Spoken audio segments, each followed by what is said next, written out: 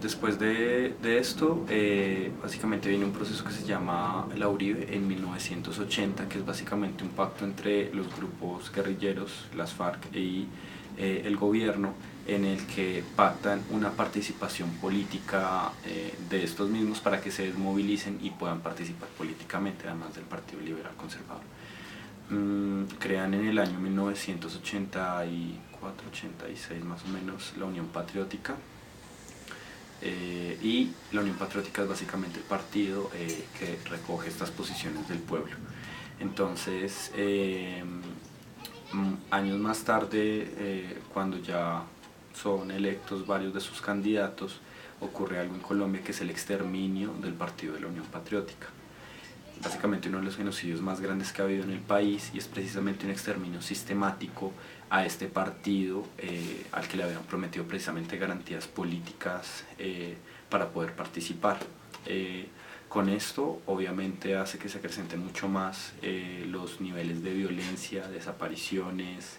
actos de barbarie en el país, cosa que empieza también a tener una gran influencia de grupos paramilitares. Los grupos paramilitares, aunque ya existían en la anterioridad, digamos, tienen un auge sumamente grande con lo que viene a llamarse en Colombia como los años del narcotráfico, y es básicamente una visión distinta del accionar de los grupos paramilitares, ya no solamente sirviéndole a la protección de sus digamos, como de los intereses de los patrones con ayuda del Estado, sino también un reguero de ideas nuevas que no porque sean nuevas son malas, sino que tienen que ver más que todo con el tema del enriquecimiento ilícito en Colombia. Esto hace también que entre los grupos paramilitares, los grupos guerrilleros, que no solamente existen las FARC, existen también otros que han ido desapareciendo, o ya sea por medio de exterminios que les han dado, o procesos de paz que se han podido pactar para su participación política, como el caso del M-19, pues hacen que la violencia en Colombia aumente. Después de esto viene lo que se conoce ya en el 91 como la Constitución del 91, que es básicamente como una reforma que le pinta al Estado, a los sectores sociales, al país,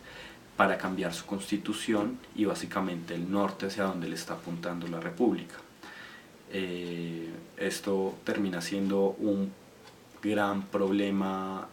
pues porque aunque el Estado estaba brindando esta posibilidad, por el otro lado estaba también exterminando a todos aquellos grupos de izquierdas o que tuvieran ideas comunistas o que hicieran parte de algún tipo de guerrillas a través de acciones directas o indirectas con grupos paramilitares.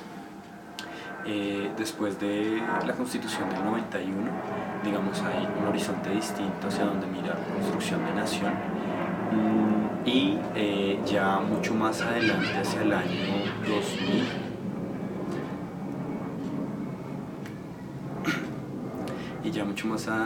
adelante hacia el año 2000, lo que ocurre es un proceso que plantea el gobierno de Andrés Pastrana en el Caguán, aunque inició en 1999 realmente. Pero con este proceso, digamos, como que lo que se intentaba garantizar era que diferentes sectores de la sociedad pudieran participar. Esta fecha, por ejemplo, es muy importante en los sectores sociales LGBT porque es el año en el que oficialmente se da a conocer al Estado colombiano que existen las personas lesbianas, gays, bisexuales y trans, recogidas bajo una sola sigla, que es sectores sociales LGBT. Es a partir de ese año que se empieza a hablar de esto, y ese reconocimiento también lo tuvieron otro tipo de sectores sociales, como con mayor auge a partir de unas iniciativas de Planeta Paz. Como pues conocemos el resultado del proceso de paz en el Caguán, pues no fue nada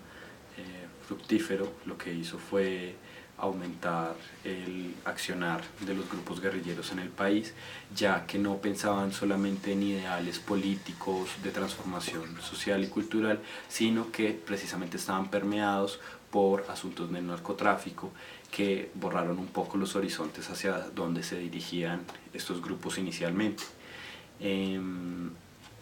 También después de esto llega pues ya el gobierno de Álvaro Uribe, que es el gobierno guerrerista, que básicamente plantea el exterminio a través de las armas de los grupos guerrilleros. Y durante 8 años lo que hace precisamente es intentar exterminar a los grupos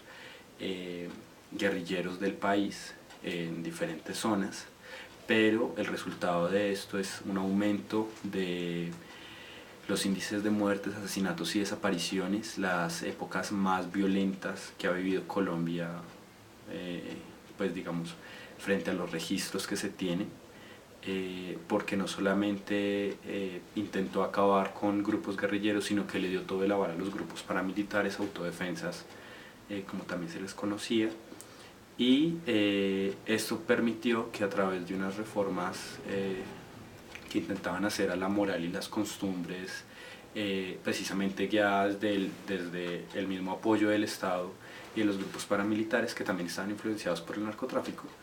exterminar muchas posiciones distintas de la sociedad que no necesariamente tenían que ver con los grupos guerrilleros o las FARC como conocemos, sino con ideales políticos o filosóficos.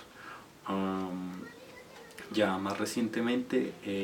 llega ya el gobierno de Juan Manuel Santos, que básicamente lo que plantea es en sus inicios continuar con la época guerrerista de Uribe, pero después cambia un poco la jugada y empiezan a gestar lo que es el proceso de paz, que los acuerdos básicamente a los que llegaron el pasado, bueno, que el plebiscito se refrendó el 2 de octubre, entre comillas, porque quedó negado. Básicamente lo que plantearon era un reconocimiento en muchos ámbitos de todos estos 52 años un poco, que eran las apuestas iniciales que tenía la guerrilla, apuestas de sectores sociales como el sector social de personas LGBTI, de mujeres, indígenas, personas afrodescendientes, campesinos, y recoger también un poco el llamado a la transformación política, cultural y económica que necesitaba este país para precisamente no seguir replicando esos repertorios de violencia hacia otras personas, ¿sí? Ya sea que se sientan identificadas con grupos guerrilleros o no, con grupos de izquierda o no, o con otros sectores políticos en el país.